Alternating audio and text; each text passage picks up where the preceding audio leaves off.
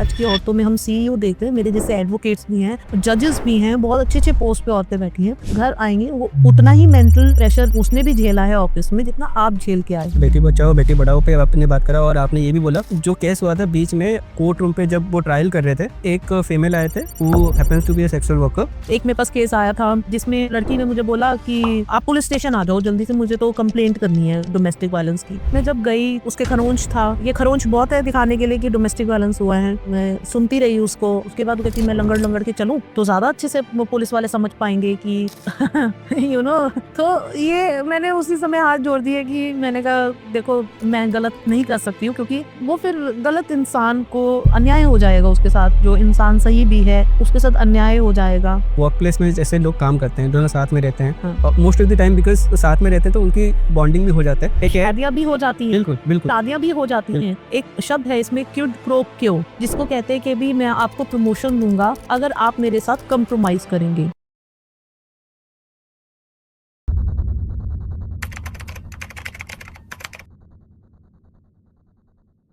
ये चीज़ में मैं एग्री करूंगा। जैसे आपने बेटी बचाओ बेटी पढ़ाओ पे आपने बात करा और आपने ये भी बोला कि लड़कों को या पुरुष को भी उतना ही एडुकेट करना चाहिए। मैं रेफरेंस लूंगा OMG 2 की। जो केस हुआ था बीच में कोर्ट रूम पे जब वो ट्रायल कर रहे थे, तो एक फीमेल आए थे who happens to be a sexual worker.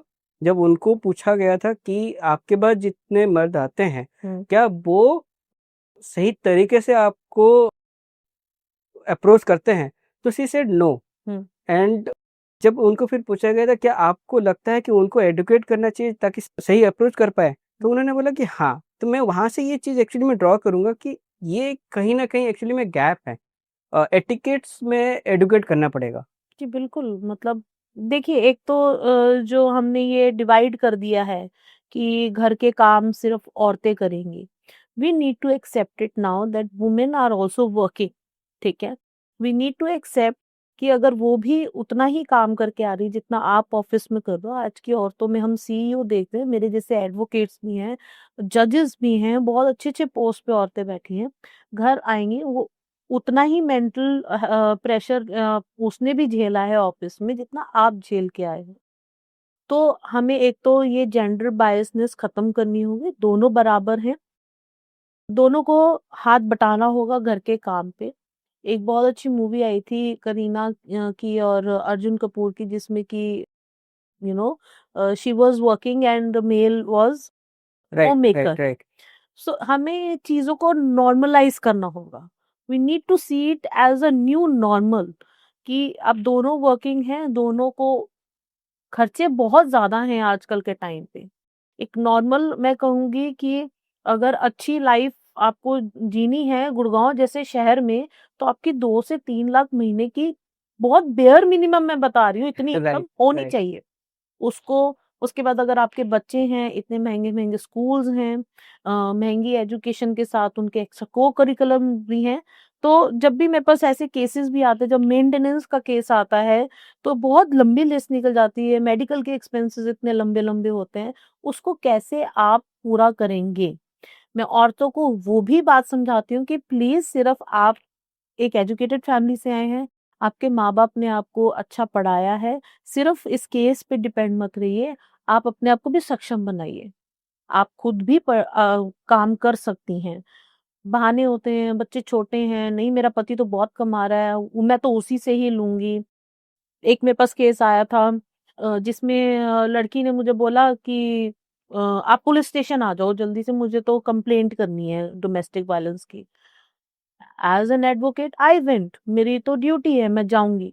मैं जब गई तो वो कहती कि उसके खरोंच था, ये खरोंच बहुत है दिखाने के लिए कि डोमेस्टिक वायलेंस हुआ है। मैं सुनती रही उसको और उसके बाद वो कहती मैं लंगड़-लंगड़ के चलूँ, तो ज़्यादा अच्छे से वो पुलिस वाले समझ पाएँगे कि यू नो। तो ये मैंने उसी समय हाथ जोड़ दिए कि मैंने कहा देखो मैं गलत नहीं कर सकती हूँ, क्योंकि वो फिर गलत इंसान को अन्याय हो जाएगा उसके साथ, जो इंसान सही भी है, उसके साथ अन्याय हो जाएगा। हम अब और भी ऐसी चीज़ें हैं, हम सिर्फ़ डोमेस्टिक वायलेंस की बात कर रहे हैं। सेक्सुअल हरासमेंट में तो पूरे के पूरे गैंग्स पकड़े गए हैं, जिसमें कि यू नो वकील भी इन्वॉल्व होते हैं और वो गाइड करते रहते हैं कि अब आपने ऐसे बोलना है, अब आपका ऐसा आपका नेक्स्ट स्टेप ये होगा आपका।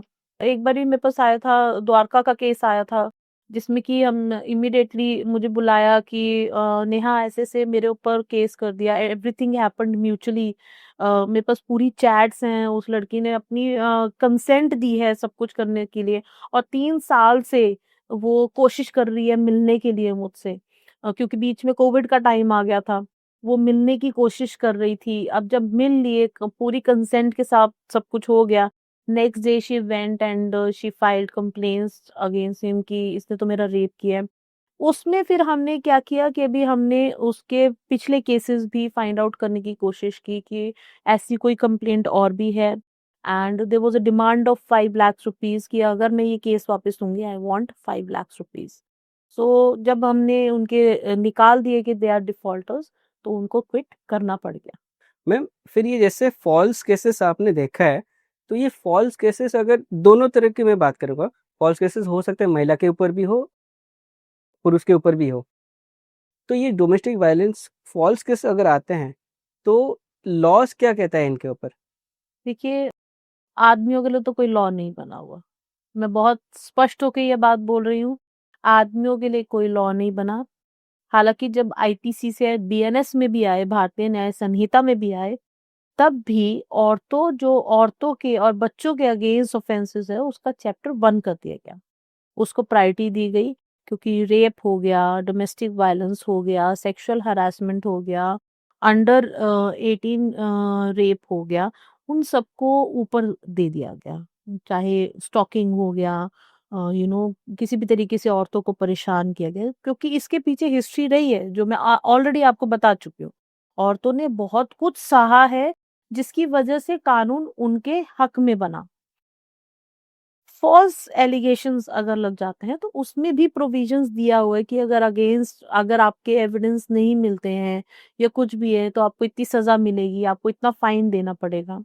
वो एक लंबी लड़ाई हो जाती है फिर से, एक ट्रायल चलेगा, आपको हैरेसमेंट कहते हैं ना कि भी justice delayed is justice denied कहीं न कहीं और वो लड़ाई तो लड़नी पड़ेगी आदमी को और जितना-जितना डिले होता है, उतना-उतना निराशा बढ़ती जाती है। हालाँकि चाहे अपने हक में मिले, लेकिन अगर मैं कहूँ कि वो केस 5 साल चला, 6 साल चला, वो 5 से 6 साल इंसान के कोर्ट कचहरी में चले गए, उनकी मानसिक स्थिति से लेके सब कुछ वो आप कहो कि भी इवन करियर पे भी बहुत इफ़ेक्ट आता है।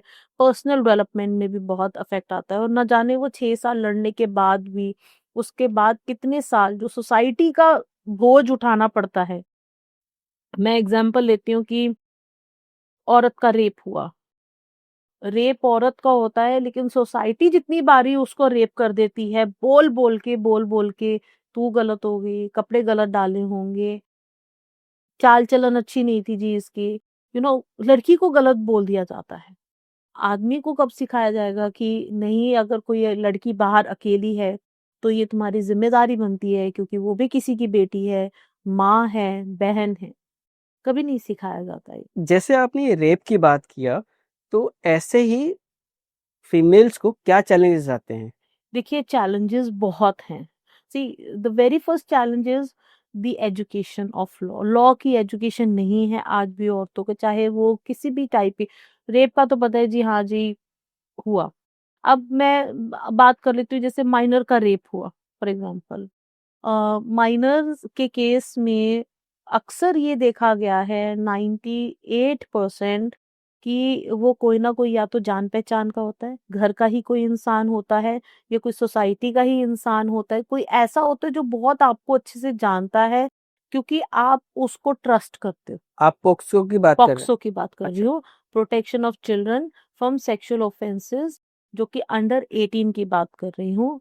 तभी ये कानून एक अलग से बना गया था क्योंकि छोटे बच्चों के ऊपर जब रेप होता था, आप बिलीव नहीं कर सकते हो 4-5 साल के बच्चे, 10 साल के बच्चे, रिसेंटली केस आया था सोसाइटी में अलग से बुलाकर उसको इनएप्रोप्रिएट टच किया, बार-बार बच्ची ने बोला कि मुझे टच मत कीजिए, मत कीजिए, बट फिर भी वो आदमी रुका नहीं और आदमी की भी एज कोई छोटी नहीं है, 55 इयर्स ओल्ड, 10 साल की बच्ची को जो छेड़ रहे हैं।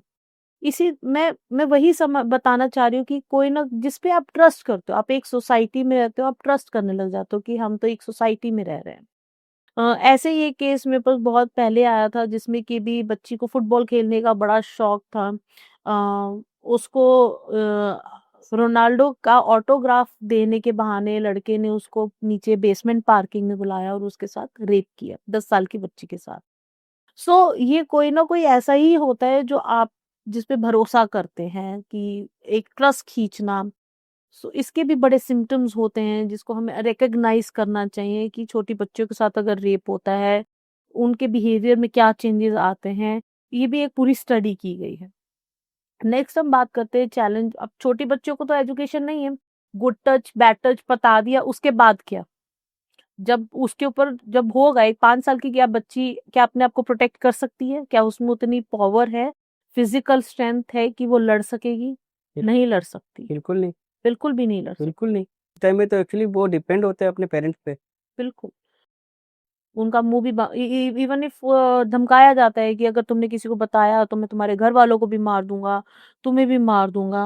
वो उस डर के मारे वो सिलसिला लंबा चल जाता है। अब प्रोविज़न ऐसे आ चुके हैं कि अगर आप कंप्लेंट नहीं करेंगे, खासतौर की पॉक्सो के केसेस में, तो भी 6 महीने की सज़ा हो सकती। डॉक्टर्स आर बाउंड, अगर मेडिकल में निकल के आ गया कि कुछ हुआ है, डॉक्टर्स इमीडिएटली उनको पुलिस स्टेशन में बताना होगा कि ऐसी कोई वारदात हुई है, so that it is informed. माँ-बाप की ज़िम्मेदारी है कि अगर आपकी बच्ची के साथ कुछ गलत हुआ, आपको बताना होगा। क्योंकि ये रिपोर्ट होना बहुत ज़रूरी है, क्योंकि अगर रिपोर्ट नहीं होगा, तो भी दिक्कत है। आप मैं बहुत पहले की बात बता रही हूँ, मैं छोटी थी बच्ची थी, एक हमारे सोसाइटी में किसी का मतलब काम वाली की बच्ची का रेप हुआ था, तो उसको गंजा कर दिया गया था कि शायद मेरी बेटी बहुत सुंदर दिखती है, तो इसलिए उसको हमने टकला कर दिया, वो सुंदर नहीं दिखेगी तो उसके साथ रेप नहीं होगा। माँ-बाप ने उसके साथ हाँ, किया। माँ-बाप ने उसको टकला करा दिया। इंस्टेड ऑफ फाइटिंग कि आपके साथ गलत हुआ है, आपकी बच्ची के साथ गलत हुआ है। आपकी बच्ची गलत नहीं थी उसमें, ठीक है? राइट, गलती मतलब ये थी कि वो अनअटेंडेंट थी। आपकी बच्ची के आस-पास कोई नहीं था। वो बच्ची है, उसको आपने गंजा की मतलब एक्चुअली समझ नहीं आया मतलब। हाँ, ये मैं तब बता रही हूँ जब मैं खुद 10-12 साल की थी। तो आप सोचो जब मैं उस उम्र में ये चीज़ रजिस्टर कर चुकी अपने दिमाग में, तो हाँ, मतलब एक रिperकशंस तो आते ही हैं कि मतलब फिर एक साइकोलॉजिकल डिफरेंशिएशन भी आ सकता है। हुँ, मुझे एक चीज़ बताएँ, इस चीज़ में भी ऐसा नहीं होना चाहिए कि हमारे जो स्कूल्स हैं, जो स्टार्टिंग पे ही अगर ये एडुकेट किया जाए कि अभी हालाँकि कुछ स्कूलों में अभी तो इनिशिएट हो गए हैं। मैं खुद जाती हूँ, करेक्ट, मैं करेक्ट। खुद करती हूँ। चलिए एजुकेट भी कर दिया विजय, उसके बाद सबसे बड़ा चैलेंज आ जाता है इम्प्लीमेंटेशन का। इम्प्लीमेंटेशन हमारे पास इतने सारे स्कीम्स हैं औरतों के लिए, उसके बाद इम्प्लीमेंटेशन पूरा नहीं होता। निर्भय फंड इतना इकट्ठा हुआ, कहाँ इम्प्लीमेंट हुआ? क्या वो प्रोटेक्शन के लिए कहीं यूज़ हुआ? नहीं हुआ। आज तक मैंने कोई इसके ऊपर निर्भय फंड के ऊपर कोई खबर नहीं सुनी। उसके बाद आप बात कर लीजिए ट्रायल्स कोर्ट्स होते हैं, इतने लंबे-लंबे केसेस चलते हैं, फास्ट ट्रायल्स नहीं। और सबसे बड़ा जो चैलेंज आने वाला है, आने वाले टाइम पे, ये जो केसेस जो होते हैं, मिसयूज़ हो रहे हैं, जो हमारे जो लॉज़ बन गए हैं औरतों के लिए, वो उन औरतों तक तो पहुँच ही नहीं पा रहा जिनको एक्चुअली में ज़रूरत है। इसको कैसे डिफरेंशिएट करते हैं कि ये केस फॉल्स है? ओनली ट्रायल्स तो एक पार्ट हो गया कि ट्रायल्स में ही पता चलेगा, बट उससे पहले भी कुछ ऐसे चीज़ें जी, होते हैं बिल्कुल जब जिससे। केस रजिस्टर होता है विजय, पुलिस वालों की एक इन्वेस्टिगेशन होती है, आईओ अपॉइंट किया जाता है और जब डोमेस्टिक वायलेंस का केस है तो उसमें प्रोटेक्शन ऑफिसर अपॉइंट किया जाता है, जो कि सारे इस केस को इन्वेस्टिगेट करती है। प्रूफ्स मैंने कहा बर्डन ऑफ प्रूफ तो हमेशा रहेगा। आपके ऊपर फिजिकल अब्यूज हुआ है, क्या हुआ, आपने मेडिकल करवाया, एमएलआर कराना बहुत ज़रूरी है और ये जानना ज़रूरी है कि भी आपको ये किसी सरकारी हॉस्पिटल से ही करवाना होगा। उसी को वैलिड माना जाता है। ये जो आप मेडिकल करवा रहे हो, वो आपको सरकारी हॉस्पिटल से कराना होगा।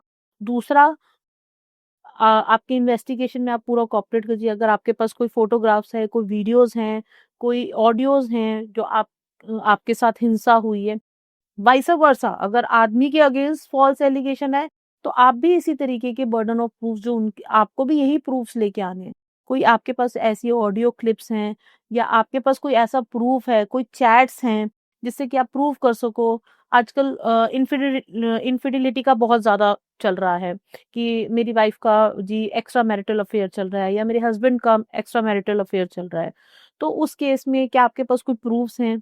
जिसमें कि आप ये प्रूव कर सकते हो कि हाँ, इनका कोई अफेयर है। देन तो यू कैन और इन केस में फिर मेंटेनेंस भी नहीं मिलता लड़की को। अगर इनफिडेलिटी प्रूफ हो जाती है, एक्स्ट्रा मैरिटल प्रूफ हो जाता है, तो मेंटेनेंस भी नहीं मिलती है लड़कियों को। Okay, okay. यस। अगर मैं डिवोर्स की ही बात करूँ, तो वैसे इंडिया में, इंडियन लॉज़ में डिवोर्स का प्रोसेस क्या होता है? एंड अगर डोमेस्टिक वायलेंस उसमें इंक्लूड है, हुँ। तो उसमें कुछ अलग सा प्रोविज़न होता है? देखिए डाइवोर्स के डिफरेंट प्रोविजंस हैं, जिसमें फिजिकल अब्यूज़ अगर है तो आपको डाइवोर्स मिल जाएगा, मेंटल क्रूएलिटी है, चेंज ऑफ रिलिजन है, सप स्पिंदाज़ है, अगर आपके सेम गोत्र में शादी होती है या फिर आप इम्पोटेंट हैं, तो ये हमारे हिंदू मैरिज एक्ट में कुछ प्रोविजंस दिए गए हैं जिसके अंडर आप डाइवोर्स ले सकते हैं। आदमी के पास जो प्रोविज़न है डाइवोर्स लेने का, वो मेंटल क्रूएलिटी के अंडर ही आ जाता है घूम फिर कर। मेरे पास एक केस आया था जिसमें कि इम्पोटेंसी का भी आया था कि लड़की इम्पोटेंट थी, उसने पूरे मेडिकल्स मुझे दिखाए थे कि जिसमें लड़की का यूट्रस नहीं था। जिसमें ये प्रूफ हो गया था कि भी और इसका भी एक प्रोविज़न है कि आपको 1 साल के अंदर-अंदर इम्पोटेंसी का दिखाना होता है कि हाँ, भई इम्पोटेंट है, आदमी हो या औरत हो। मेरे पास पिंदास का भी एक केस आया था जिसमें कि भी आपका सेम गोत्र में हमारे हिंदू मैरिज एक्ट में बताया गया है कि मदर की साइड के 7 गोत्र होते हैं और फादर की साइड के 5 गोत्र होते हैं जिसमें हम शादी नहीं कर सकते। स्पिंदास में उसको नल एंड वॉइड किया जाता है शादी को। म्यूचुअल डाइवोर्स एक प्रोविज़न आ गया जो कि एक मैं कहूँगी मैं ब्लेसिंग ही कहूँगी क्योंकि एक-दूसरे पे एलिगेशन लगाने से अच्छा है कि आप एक एमिकेबली स्प्लिट हो जाओ। अगर बच्चे हैं तो को-पेरेंटिंग के बारे में सोचो। आपका एमओयू तैयार होता है जिसमें आप सोच सकते हो कि हम अपने बच्चे को कैसे रेज़ करेंगे अगर हम अलग हो जाते हैं। फालतू के एलिगेशंस ना ही लगाएँ तो बहुत अच्छा होगा। एक जो भी है फुल एंड फाइनल सेटलमेंट करके यूजुअली लड़कियाँ फुल एंड फाइनल सेटलमेंट करके अलग हो जाती हैं। फादर को विज़िटिंग राइट्स मिल जाते हैं और अगर फादर के पास बच्चा है तो माँ को विज़िटिंग राइट्स मिल जाते हैं। आई थिंक ये एक एक अच्छा मैं कहूँगी कि भी प्रोविज़न दे दिया है रिलीफ़ दे दिया है डाइवोर्स में। ओके, ये जैसे एलिमनी की बात करा है, एलिमनी का जो प्रोविज़न्स है, वो मेन एंड वुमेन, महिला और पुरुष के लिए सेम है या अलग-अलग है? जी नहीं। ओके, अ, देखिए डाउरी वर्सेस एलिमनी के बारे में मैं बात करूँगी।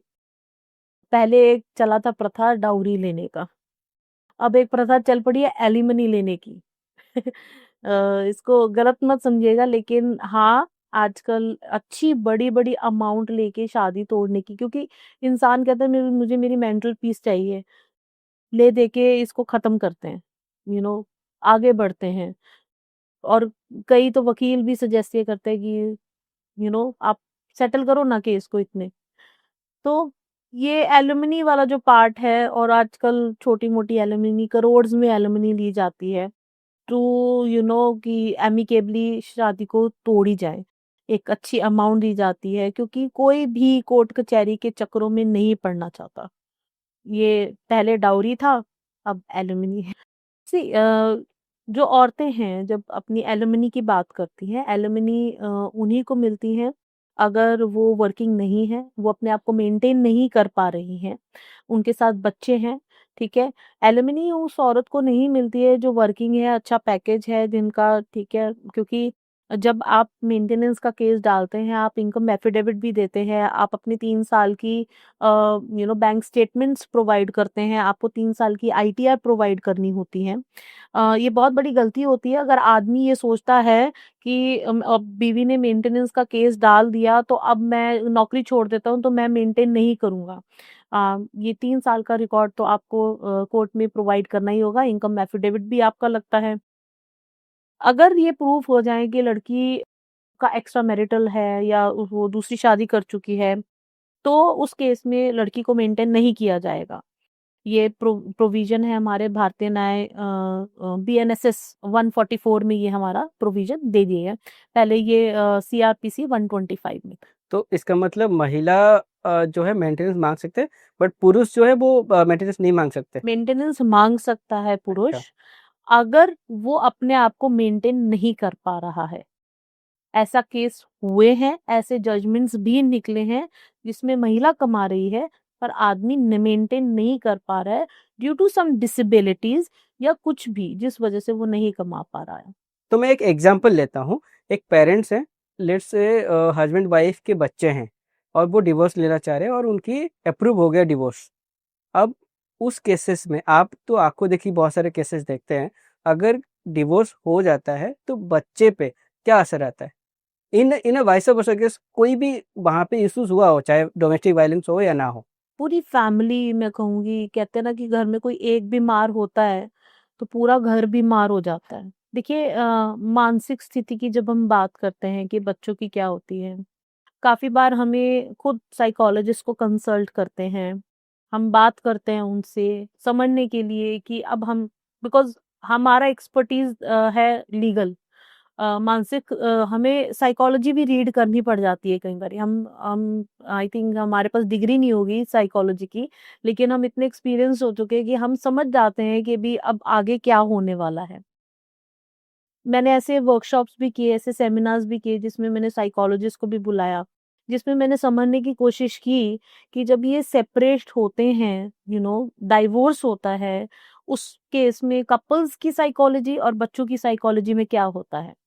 उन्होंने मुझे यही बताया कि भी जब सेपरेट होते हैं, ये ग्रीफ से कम नहीं है, ये डेथ से कम नहीं है, क्योंकि आप किसी एक शादी में 10 साल से हो या 5 साल से हो, एक इंसान की आपको आदत हो गई है, आप अलग हो रहे हो उससे, ये ग्रीफ से कम नहीं है। आप वही डिप्रेशन के स्टेजेस पे जाते हो जिसे हम डिनायल कहते हैं, एंगर कहते हैं, उसके बाद आप आपकी फिजिकल भी चेंजेस आते हैं बॉडी में। तो ये फैक्ट है, आप एक डिप्रेशन में जाते हैं, सिमिलरली बच्चों के साथ भी होता है। बच्चों के साथ आई थिंक बहुत ज़्यादा मानसिक अन्याय हो रहा है आज के दौर पे। बच्चे अब तो कई बच्चे एक्सेप्ट कर लेते हैं, हाँ जी, it's a new normal for them, but कई बच्चे नहीं एक्सेप्ट कर पाते हैं। उनके ऊपर साइकोलॉजिकली अलग तरीके से असर आता है। एक ऐसा मेरे पास एक लेडी आई थी जिसका सेपरेशन हुआ था। उसका बच्चा बहुत ज़्यादा हाइपर एक्टिव बच्चा था, बिकॉज़ वो बहुत ज़्यादा अटेंशन सीकर हो चुका था कि मुझे अटेंशन मिले। बच्चे जब सेपरेटेड होते हैं, सेपरेटेड फैमिलीज़ में होते हैं, डिवोर्स फैमिली में, जब देखते हैं कि दिवाली हो रही है, कोई भी त्योहार हो रहा है, कोई भी फंक्शन है, कोई बर्थडेज़ हैं, वो अपने किसी एक पेरेंट को मिस कर रहे हैं, या तो माँ को मिस कर रहे हैं या एक फादर को मिस कर रहे हैं। ऐसे ही एक मैं किसी बच्चे से बात कर रही थी कि आप बर्थडेज़ क्यों नहीं सेलिब्रेट करते हो? कहती मैं अपने दोस्तों को क्या जवाब दूँ कि मेरे पापा कहाँ पे हैं? सो बच्चे बहुत गहराई से सोचते हैं, हमें लगता है वो बच्चे हैं, लेकिन वो बहुत डीप थिंकिंग करते हैं। हमें बच्चों को समझना बहुत ज़्यादा ज़रूरी है। एक out of the topic question है, जी। बट मेरा मानना है कि ये क्वेश्चन एक्चुअली में बहुत ज़्यादा रिक्वायर्ड क्वेश्चन है और हो सकता है ये बहुत ज़्यादा हेल्पफुल भी होगा to every men and women, working professional specifically. एक चीज़ होता है एक फ्लर्टिंग और एक चीज़ होता है टीजिंग। दोनों में डिफरेंस तो है। फ्लर्टिंग में हो सकता है सामने वाला ब्लश कर जाए, टीजिंग में सामने वाला लीगल केस तक भी फाइल हो जाता है। तो मुझे थोड़ा सा पता ये क्लैरिटी देंगे कि लीगली टीजिंग और फ्लर्टिंग में डिफरेंशिएशन कैसे करें? I think Vijay, you are talking about the POSH act, prevention of sexual harassment at workplace for women. Correct. आप एक्ट का जब पहला पन्ना पढ़ते हैं, तो उसमें ये वुमेन को प्रोटेक्ट करता है। अगेन ये वुमेन के लिए एक एक्ट बना था। इसमें भी डिग्री ऑफ ऑफेंसेस है, जिसमें कि एक तो डायरेक्टली जो फिजिकल टच हो गया, फिजिकल अब्यूज हो गया, जिससे कि रेप हम कहते हैं। फिर आ जाता है वर्बल आ जाता है जिसमें विस्लिंग आ जाता है, ठीक है? फिर एक आ जाता है मेंटल आ जाता है जिसमें आप पोर्नोग्राफी शेयर कर रहे हो, ट्राइंग टू टीज़ मिलने की कोशिश कर रहे हो। इस तरीके के केसेस हैं करेक्ट। कि मेरा स्पेसिफिकली पॉइंट आउट ये है कि जैसे वर्क प्लेस में जैसे लोग काम करते हैं, हाँ, दोनों साथ में रहते हैं, हाँ। Most of the time because साथ में रहते हैं तो उनकी बॉन्डिंग भी हो जाता है। एक है शादियाँ भी हो जाती हैं, बिल्कुल, बिल्कुल, शादियाँ भी हो जाती बिल्कुल। हैं, लेकिन आप उसको कैसे परसीव कर रहे हो? Correct, correct. क्योंकि एक शब्द है इसमें क्विड प्रो क्यो, जिसको कहते हैं कि भी मैं आपको प्रमोशन दूँगा अगर आप मेरे साथ कंप्रोमाइज़ करेंगे, है ना? इन्हीं चीज़ों की वजह से इस एक्ट का जन्म हुआ था, लेकिन अब क्या है कि भी इसका भी मिसयूज़ हुआ। फिर हैशटैग मी टू का एक ट्रेंड चला जिसकी वजह से जो केसेस नहीं भी थे वो भी बाहर निकल के आए। काफ़ी ऐसे केसेस बाहर निकल के आए जो कि हैशटैग मी टू के दौरान हमें दिखने को मिला। फिर धीरे-धीरे आया मेन टू हैशटैग कि एक मूवी आई थी जिसमें अक्षय कुमार एंड प्रियंका चोपड़ा की थी। I am forgetting the name uh, जिसमें okay, Akshay Kumar was working in हाँ, मोबाइल कंपनी, हाँ, राइट? हाँ, और कंपनी में प्रियंका चोपड़ा वाज़ हाँ, मॉडलिंग, तो वो एक्सप्लॉइट कर रही थी, वो राइट, बॉस थी राइट, राइट, उसकी, राइट। तो वो उसको एक्सप्लॉइट कर रही थी, फिर करीना कपूर उसकी वाइफ थी, तो उसमें हाँ, है। हाँ। तो उल्टा भी होता है, हम एक ऐसी जनरेशन में रह रहे हैं जहाँ पे वुमेन भी बेनिफिट लेती हैं। मैं इस एक्ट की अगर बात करूँ तो पॉश एक्ट की जब हम बात कर रहे हैं, तो इसमें हमारी इंटरनल कमेटी होती है, एक्सटर्नल कमेटी होती है, जिनकी इन्वेस्टिगेशन की ज़िम्मेदारी होती है। मेरे पास एक केस आया था जिसमें कि पार्टी ऑर्गेनाइज़ की गई थी, corporate party but not in the city जहाँ पे वो है, हेड ऑफिस बैंगलोर में था, वहाँ पे की गई थी। अब इतनी ज़्यादा पी ली, उस लड़के ने 10 टाइम्स अपनी बॉस को आई लव यू बोल दिया। अब आई लव यू बोल दिया, अब ये आई लव यू वर्ड वैसे तो उसने कोई बहुत गलत वर्ड नहीं बोला, खुद शादीशुदा है, वो इतना इंटॉक्सिकेटेड है कि वो नहीं समझ पाया। अगले दिन जाके उसके अगेंस्ट कंप्लेंट हो गई। उस समय तक तो कुछ गलत नहीं लग रहा था, लेकिन जैसे ही हिस्ट्री में गई तो हम उसमें पाया गया इन्वेस्टिगेशन में कि उस वो अपनी टीम लीडर को बहुत बार अप्रोच कर रहा था। ठीक है? Hi, good morning, how are you? Team leader अपनी टीम लीडर नहीं, क्योंकि आजकल कॉर्पोरेट्स के डिफरेंट डिफरेंट ऐप्स भी होते हैं जहाँ से वो चैट कर सकते हैं। डायरेक्टली व्हाट्सएप वगैरह आप शेयर नहीं कर सकते। तो इंटरनल ऐप के थ्रू वो दूसरे टीम लीडर्स के पास भी पहुँच रहा था। So in that case obviously he was wrong somewhere somehow कि आप अननेसेसरीली किसी को अप्रोच कर रहे हैं। रही बात फ्लर्टिंग की, रही बात because this is not acceptable now at work place, अब ये एक्सेप्टेबल नहीं है। तो बिल्कुल अगर आप फ्लर्ट करना चाहते हो, सोच समझ के फ्लर्ट कीजिए। इवन व्हिस्टलिंग अगर लड़की को इनएप्रोप्रिएट लग रहा है, आप उसको लग रहा है कि वो हॉस्टाइल फील कर रही है, तो वो आपके अगेंस्ट कंप्लेंट कर सकती है, डेफिनिटली कर सकती है। ओके, सो बेसिकली लॉ के अंडर फ्लर्टिंग एंड टीजिंग एक बराबर है। बिल्कुल, आप नहीं कर सकते हो। फ्लर्ट क्या करना चाहते हो आप? आप किसी को लाइक करते हो तो आप या तो डायरेक्टली बोलो that I like you, can we go further? एक एक अप्रोच होती है, लेकिन आप फ्लर्ट करके गलत मैसेजेस कन्वे कर कर एक तरीके से अगर एक एक चैनल होता है, अगर आप किसी को पसंद भी करते हो, आई एम श्योर कि इतने अंडरस्टैंडिंग तो आजकल के लोग होंगे कि एक लड़की बहुत जल्दी सेंस कर लेती है कि वो आदमी जो है उसके पास अच्छी नज़र से आ रहा है या बुरी नज़र से आ रहा है, क्या अप्रोच है। अगर दोनों सिंगल हैं तो इसमें क्या गलत है? लेकिन अगर एक मैरिड बंदा जो मैरिड एम्प्लॉयी है, एक मैरिड एम्प्लॉयी के पास अप्रोच करेगा तो ऑब्वियसली वो गलत है।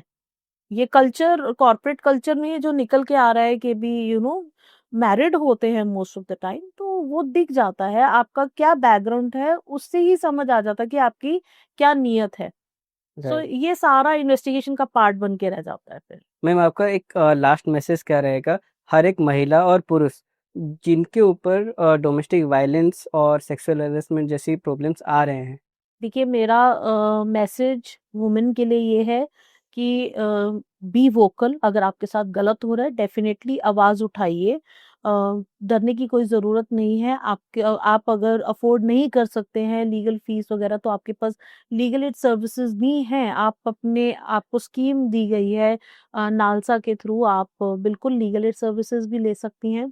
लेकिन अगर आदमी की मैं बात करूं, अगर आपके अगेंस्ट कुछ हो जाता है तो आप दबिए मत, बी हेडस्ट्रॉन्ग। दोनों केसेस में कहूंगी हेडस्ट्रॉन्ग होना दोनों केसेस में, क्योंकि केस फाइल करना जिसके साथ जेन्युइनली डोमेस्टिक वायलेंस हुआ वो भी एक हिम्मत की बात है, क्योंकि बहुत सोच सोच के वो कि यार मेरा घर ना टूट जाए इसलिए वो आगे नहीं बढ़ती है। मैंने कई ऐसे केस देखे जो 12 साल, जब बहुत हद हो जाती है, जब वो देख लेती है कि अब मेरे बच्चों पे इस चीज का असर आ रहा है, वो बाहर निकल के आती हैं। और रही बात आदमियों की, मेरी सबसे पहले तो आदमियों से रिक्वेस्ट है कि औरतों को प्लीज वो सम्मान जो देना चाहिए वो दीजिए। बहुत ही लंबी लड़ाई लड़कर हम एक बराबर आने की कोशिश कर रहे हैं। अभी भी पेट्रियार्की में है हम, उसको तोड़ना बहुत मुश्किल है। अब तो पार्लियामेंट ने भी बोल दिया कि 33%, 50% अभी भी नहीं बोला है, 33% हमें सीट्स हमारे लिए रिजर्व कर दी गई है औरतों के लिए। तो घर पे भी डिसीजन मेकिंग में औरतों को इन्वॉल्व कीजिए। हमें बराबर समझिए, हम उतने ही सक्षम हैं जितने आप सक्षम हैं। हम किसी को भी कम नहीं मानते। आदमियों, हम अगर आज औरतें उठी भी हैं, ये कानून बने भी हैं, तो मैं कहूँगी कुछ आदमियों की वजह से ही है, जिन्होंने आदमियों ने भी आवाज़ उठाई, हमारा साथ दिया। तो ये जो देश है, ये जो विश्व है, ये जो ब्रह्मांड है, दोनों अगर बैलेंस करके चलेंगे, दोनों का होना उतना ही ज़रूरी है, जितना कि मैं कहूँगी ब्रह्मांड इक्वल तभी चल पाएगा जब दोनों बराबर चलेंगे, दोनों को इक्वल हम समझेंगे। तो आज डिस्कशन कर रहे थे एडवोकेट नेहा चौधरी मैम से।